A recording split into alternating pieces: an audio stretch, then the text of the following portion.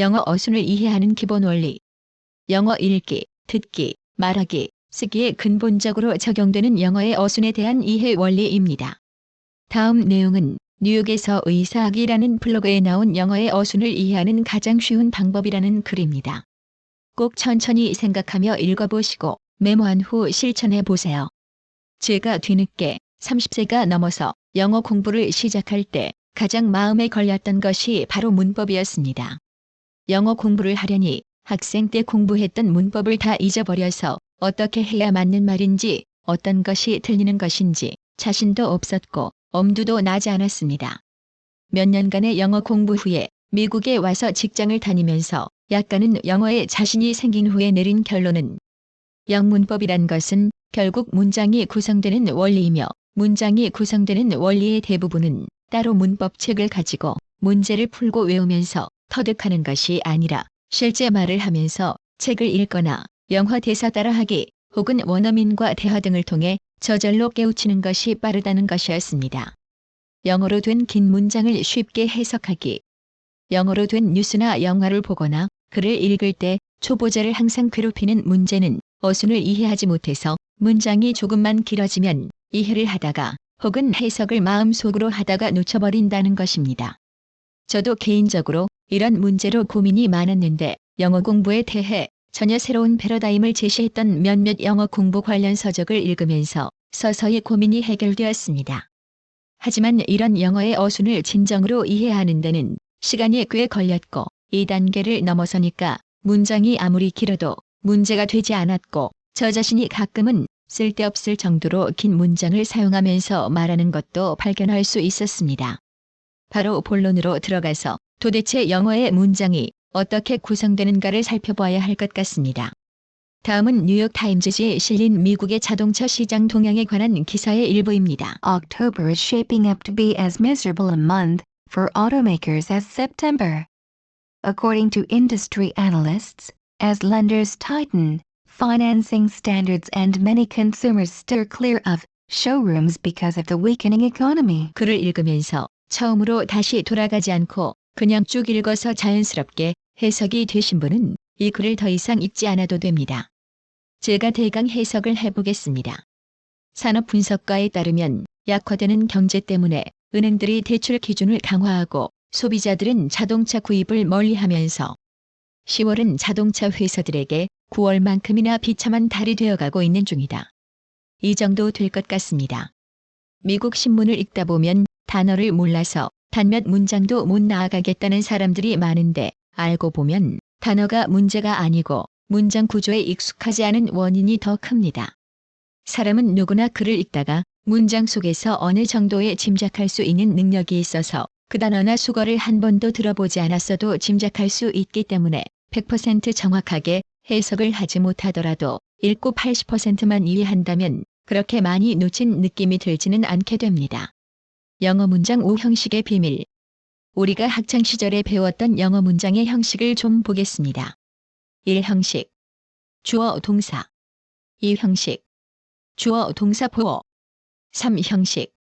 주어 동사 목적어. 4 형식. 주어 동사 간접 목적어 직접 목적어. 5 형식. 주어 동사 목적어 목적보어. 목적보어니 간접 목적어니 하는 용어를 듣는 순간 좌절감이 밀려오는 분이 있으실 것 같은데 이런 용어는 지금부터 필요 없습니다. 그냥 문장만 놓고 다시 보겠습니다. 사고가 났다. 소녀는 예뻤다. 나는 그녀를 사랑했다. 나는 그녀에게 편지를 주었다. 나는 그녀를 화나게 했다. 문장이 짧아서 그런지 독해에 별로 어려움이 없으셨을 줄로 생각합니다. 하지만 아무리 긴 문장이라도 이 5가지 패턴은 벗어나지 않기에 선현들께서 문장 형식이란 것을 명명했을 줄로 압니다.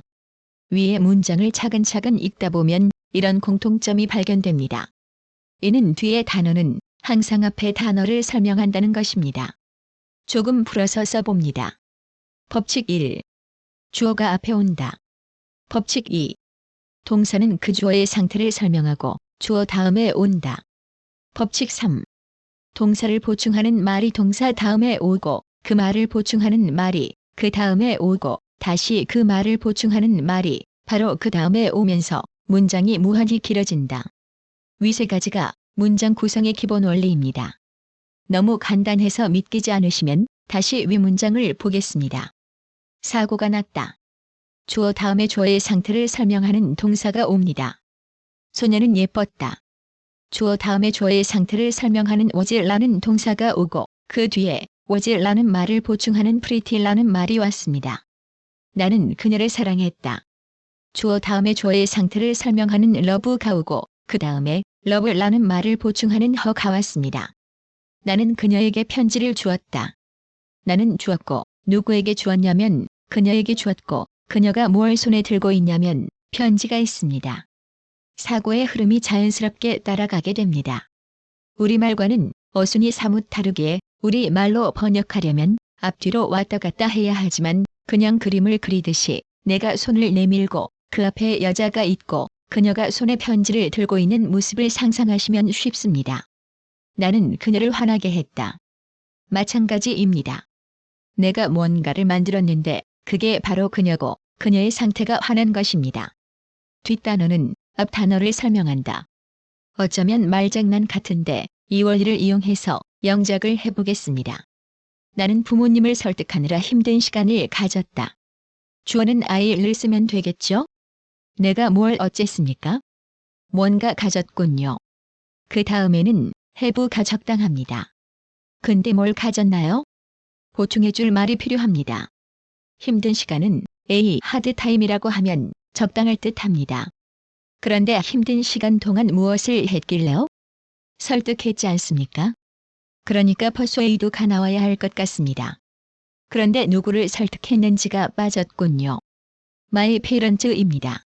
이를 다시 나열해 보겠습니다. I had a hard time persuade my parents. 여기서 약간 어색한 부분이라면 동사 persuade가 나와서 어떻게 한 문장에 동사가 두 번인가 하는 문제인데 바른 표현은 persuading입니다. 그래서 아래와 같이 되어야 합니다. I had a hard time persuading my parents. 이런 식으로 문장을 이해하는 것의 장점은 1. 진짜 말을 할 때 거의 모든 의도하는 문장을 마음대로 만들 수 있다는 것이고 문법적으로 완벽해지려면 시간이 걸리지만 이 문장을 들을 때 자기가 예상하는 순서대로 말이 들어오기 때문에 이해가 잘 된다는 것입니다. 문장을 한 번 더 만들어 볼까요?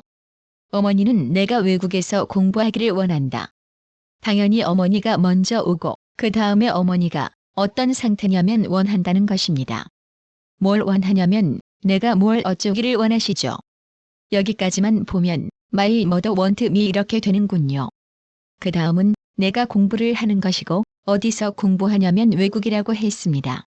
여기까지만 다시 쭉 나열해 보겠습니다. My mother want me study abroad. 여기서 문장을 세련되게 만들기 위해서 다음과 같이 고쳐줄 수 있습니다. My mother wants me to study abroad. 이와 같이 거친 문장이 위에 바른 문장으로 다듬는 능력은 다시 말씀드리지만 책도 읽고 영화 대사도 외우는 과정을 통해 자연스럽게 획득되게 됩니다. 하지만 이 정도의 아이디어만 있으면 문장을 만드는 것이 그다지 두려운 일이 아닙니다. 여기서 문장이 확장되는 것이 and, or, but, if와 같은 접속사라든가 that, which 같은 관계 대명사를 활용하여 연결해 나가는 것입니다. 이는 위에서 말씀드린 세 가지 법칙에 추가되는 네 번째 법칙입니다. 다시 첫 문장으로 돌아가서 해석을 해보겠습니다. October is shaping up to be as miserable a month for automakers as September. According to industry analysts, as lenders tighten financing standards and many consumers steer clear of showrooms because of the weakening economy. 주어가 10월입니다. 10월이 어쨌냐면 모양이 만들어지고 있다고 했습니다. 무슨 모양이냐면 자동차 회사에게 비참한 한 달로 모양이 되고 있는데 얼마나 비참하냐면 진짜 많이 비참했던 9월달만큼이나 비참하다고 합니다. 여기까지가 한 문장입니다. 다음 문장은 렌더로 시작합니다. 돈을 빌려주는 사람이니까 금융회사나 은행 정도로 해석하면 될 것 같습니다. 이 회사가 뭘 어쨌냐면 뭔가를 조이고 있답니다. 뭘 조이냐면 대출의 기준을 조인다고 했습니다. 파이낸싱은 금융을 하는 것이니까 대출을 해준다고 의역했습니다. 그 다음 문장은 many consumers입니다. 많은 소비자들이 어쨌나요? 점점 멀어지고 있습니다. 뭘로 붙었냐면 전 시장입니다. 그 이유는 약화되는 경제 때문이라고 붙어 있습니다. 제가 중간에 뺀 말이 있는데 according to industry analyst입니다. 업계 분석가에 따르면 그렇다는 것인데 이 말은 빼도 해석이 되고 넣으면 이해가 더 좋아지는 것 같습니다. 어쨌거나 이런 쉬운 세 문장 정도가 as와 and로 이어지면서 초급자에게 해석 불가능한 혹은 해석에 5분을 요하는 문장으로 탈바꿈되었던 것입니다. 영어 읽기가 쉬워지는 어순의 이해. 제가 이런 쉬운 법칙이 있으니 영어는 쉬운 것이다라고 단언하지는 않겠습니다. 여러분이 들어보셨음직한 이 한 가지 법칙만 알면 영어는 해결된다는 식의 광고도 알고 보면 호박을 잡아당기면 끊임없는 넝쿨이 딸려 나오는 것처럼 무수한 예외와 법칙이 새로운 법칙을 낳는 것이어서 좌절을 안겨주기가 십상이니까요. 하지만 영어 원어민들이 어떤 사고를 가지고 문장을 만들고 말하는지를 알면 이해하는 사람도 같은 순서를 기대하고 듣게 되고 이는 문장의 해석을 한결 쉽게 하는 결과를 가져옵니다. 이제 영어를 듣거나 읽을 때 뒤의 단어는 항상 앞의 단어를 설명한다는 것을 기억하세요. 그리고 오늘 당장 듣거나 읽는 영어 문장에 이 원칙을 대입해서 제가 맞는 말을 한 것인지 확인해 보시면 흥미로울 것 같습니다. 이 법칙은 많은 영어 교육자들이 이미 깨닫고 무수한 다른 이름을 붙여서 설명하고 있는 내용입니다만 처음 들어보시는 분들에게 도움이 되었기를 바랍니다. 영어 읽기, 듣기, 말하기, 쓰기를 공부할 때 이 원리를 자주 읽어보고 실천하기를 꼭 권장합니다. 도움이 되었다면 좋아요, 구독하기 꼭 부탁드립니다. 구독하시면 다양한 영어 회화 컨텐츠를 활용할 수 있습니다. 지금까지 읽어주셔서 감사합니다. 즐거운 하루 되세요.